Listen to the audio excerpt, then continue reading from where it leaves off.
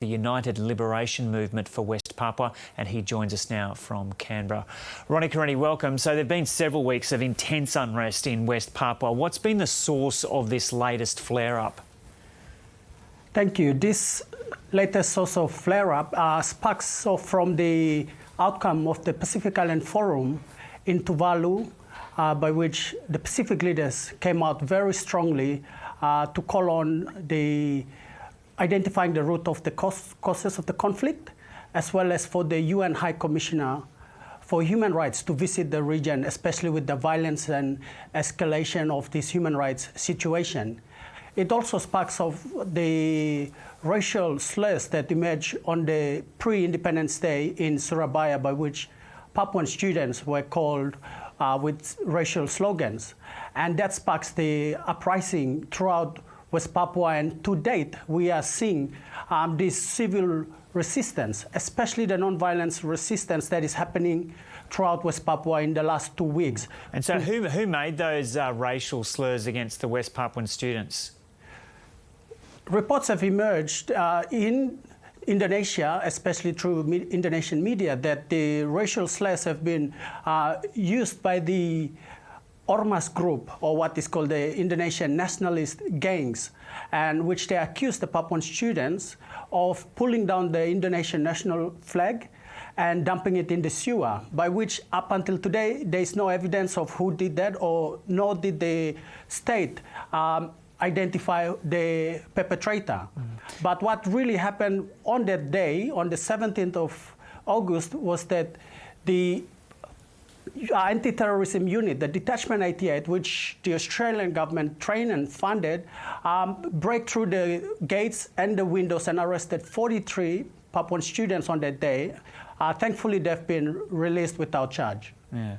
Okay, so how important is this planned visit by the United Nations Human Rights Commissioner? It is critically important, and the time is now for this visit, given that we're seeing in West Papua alone, over the last 9 months, the conflict in Duga, since December up until today, there is no solution to this issue. And we're seeing reports that have come out in the World Council of Churches visit early this year, the US Department reports of the escalation in violence, as well as the human rights situation. This visit is very timely and very critically important, so that the assessment of this human rights situation could be assessed impartially, objectively, and also to identify the root causes by which the grievances that the Papuans have been calling over the years, especially with the historical grievances, the political grievances, and the human rights situation. So this is critically important. And so what is your ultimate goal? So the ultimate goal now in West Papua right now, across, as I'm speaking, in the town of Manokwari, people are going out to the streets, and they will occupy the government spaces and demand that this visit has to be immediate. But at the same time, that there needs to be a leadership that Australia needs to also take up within the Pacific to identify and look into the root causes of the conflict in West Papua. So this is what the call for from West Papua, as well as to the regional community, and especially with the leadership in the region. So the protests are going to continue despite these warnings from authorities? Yes, the protests will continue, and today there's going to be a mass demonstration in the town of Manokwari. Are you concerned for the safety of people there, considering what's happening with Indonesian security, the amount of Indonesian security forces that have been going into West Papua? Yes, we remain concerned of the increasing numbers of the deployment of the combined security forces, especially the police and also the military. And what we're seeing over the weekend is the deployment of the special elite forces. And these are Kostrad and Kopassus forces. And so at this stage, that remains highly a matter of concern. And this could lead into this horizontal conflict, as well as the scenarios that we're seeing back in 20 years ago in East Timor, in Aceh, in Riau. And this is what we are seeing, that with the increased number of deployment of security forces, we're reaching to that stage where that immediate need for intervention is right now. Isn't it the case that your ultimate goal is actually an independence vote for West Papua?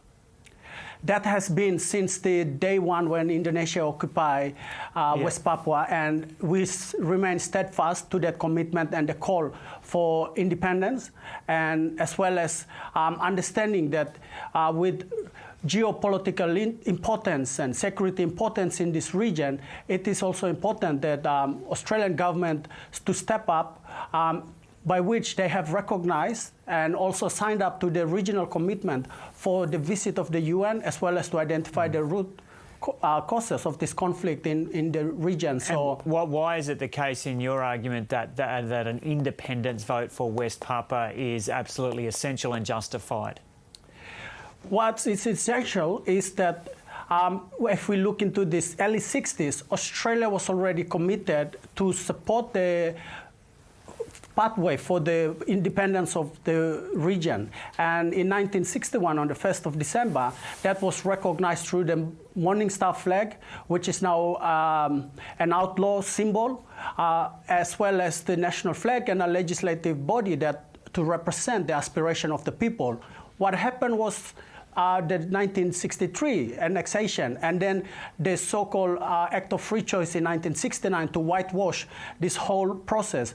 And so for West Papuans, we are calling for our right to determine the future and also to exercise that right, by which we did not do that in 1969. So the legal and political argument is that we have not exercised that right to determine our future. So that has been our commitment, and the leadership under the United Liberation Movement for West Papua, by which Benny Wenda is the chairman, is what we're calling for, the process of a referendum as the democratic solution for West Papua. And just finally and briefly, is it the case that you're running out of time for that independence vote because there are more and more Indonesian nationals who are coming to settle in West Papua? In looking at the demography, that will be the challenge, and we're seeing that in other cases already that happens.